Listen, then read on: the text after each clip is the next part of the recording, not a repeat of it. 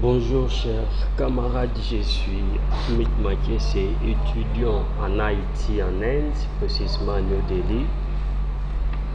Bon, je vais un peu répondre à la question de notre frère Gradu d'une manière pragmatique. Dans le simulator que vous êtes en train de voir, excusez-moi pour le terme, tellement que je fais les réseaux en anglais, je ne connais pas vraiment les termes de l'informatique en français. Excusez-moi pour ça. D'une manière pragmatique, comme vous êtes en train de voir, ça c'est notre schéma. C'est la même chose avec ce que vous êtes en train de voir. C'est que notre frère Grady avait publié sur le net. Nous avons les networks, ce qu'on appelle en français les réseaux. 192.1.xxx et puis le deuxième c'est 192.168.0.1. Nous avons des routeurs. Le premier c'est le Link 6. Le deuxième c'est les D-Link. Dans le premier, ce que vous êtes en train de voir, vous allez remarquer que nous avons les réseaux 192.168.1.1 qui est connecté au réseau 192.168.0.1. Dans un seul office, on peut avoir des réseaux différents. Ce n'est pas un problème. Mais ces deux réseaux, ça ne va pas communiquer. Pour que ces deux réseaux puissent communiquer, dans ce cas-là, nous allons configurer un protocole. Le protocole, ça peut être les RIP, ça peut être les IRGRP, ça peut être les IGRP, ça peut être les OSPF, ou ça peut être encore le static routing. Bon, dans ce schéma, pour commencer, la première des choses, si je vais d'abord configurer les routeurs 1, pour configurer les routeurs 1, il suffit seulement de cliquer sur les routeurs et puis on va là, on a écrit CLI et puis nous commençons la configuration. Ça sera config interface. Notre interface c'est les F0/0 IP address, c'est 192.168.1.1. le subnet mask 255.255.0, no shutdown pour ouvrir le port. Après ça, nous allons configurer l'interface F1/0. L'interface F1/0, c'est l'interface qui permet le gateway de router 1 et le router 2. Nous allons aussi configurer cette interface.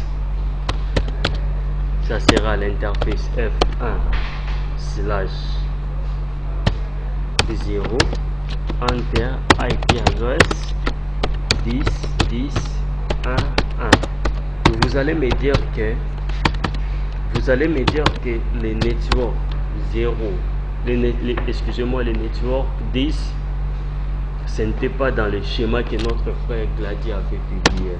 Mais si tu veux connecter des routeurs, il faut que tu crées un gateway. C'est le schéma qui permettra d'envoyer les packages dans un autre routeur. Maintenant, notre premier routeur est déjà configuré. Alors, nous allons aussi configurer les ordinateurs. Nous allons aussi configurer les ordinateurs, ce qu'on appelle en réseau le host. Il suffit seulement de mettre l'adresse IP, les subnets, et puis on met le default gateway qui est 1. Le default gateway, c'est l'adresse du routeur. C'est déjà configuré. 3. On met le gateway, l'adresse du routeur.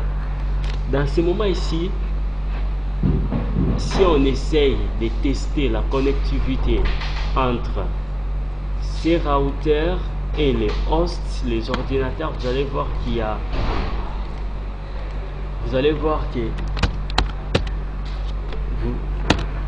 si on essaye de tester, vous allez voir que la connexion, il y a la connexion entre les routers et le host. Alors pour tester, on écrit ping, on met l'adresse du router. Vous voyez la réponse reply from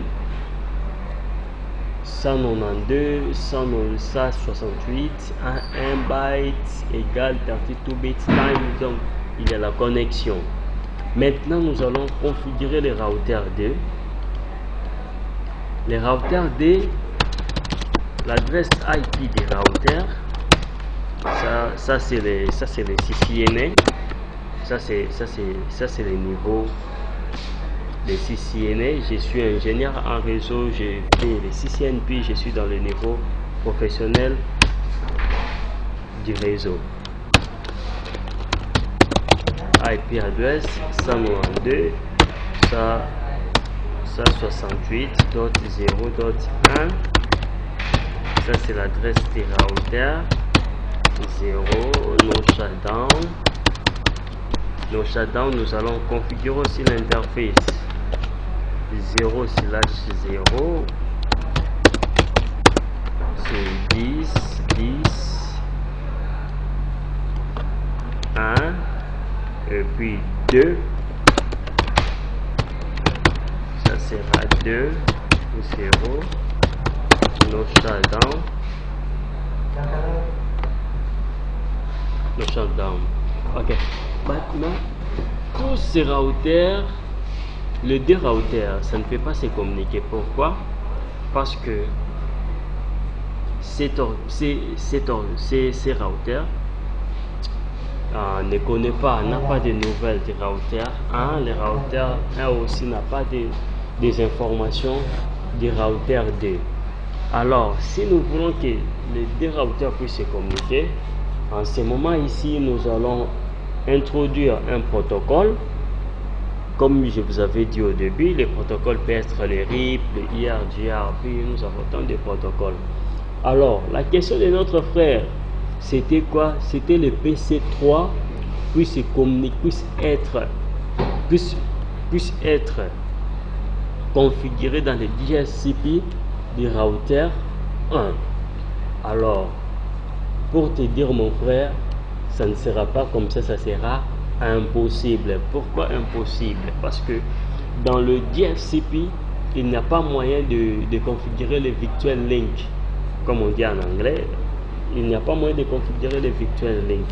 S'il faut configurer le DHCP serveur ou le DHCP dans les routers, ça sera configuré que dans les routers 2. Et puis le DHCP, ça ne sera pas configuré avec les réseaux 192, 198, 1.1.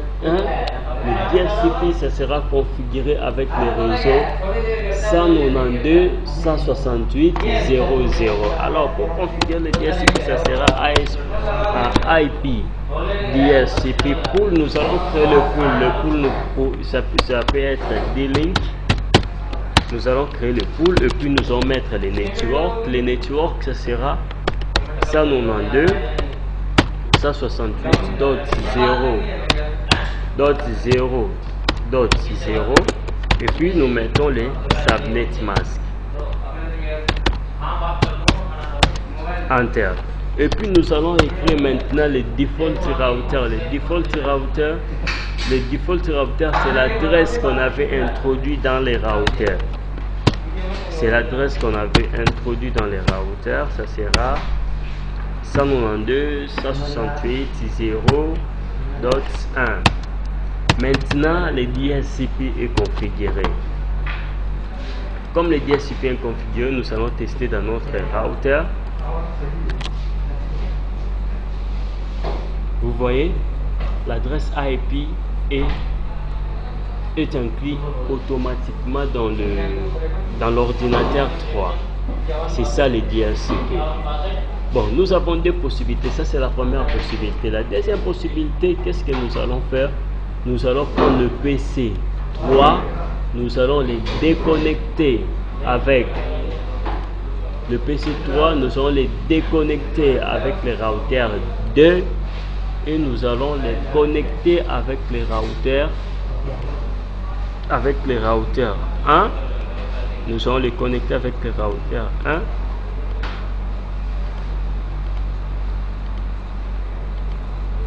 Maintenant, nous allons configurer les DHCP dans cette routeur. Mais nous devons savoir une chose.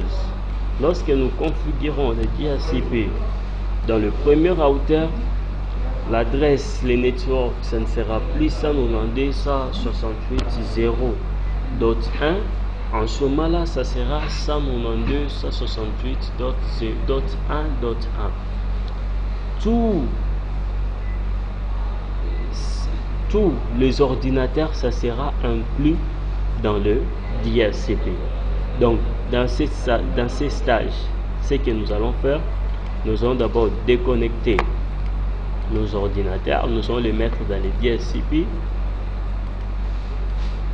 Nous allons le mettre dans les DHCP. Le PC3 aussi. Le PC3 aussi, nous allons le mettre dans les DHCP. C'est ça le PC3. Nous allons le mettre dans les DHCP. Et puis nous allons configurer les DHCP avec. Nous allons configurer les DHCP avec les réseaux. Nous allons configurer les DHCP avec les réseaux 192.168.1.1. Pool. Notre pool, ça sera link 6. Notre pool, ça sera link 6. Et puis default. Et puis default router, ça sera 192.168.1.1. Et puis les networks.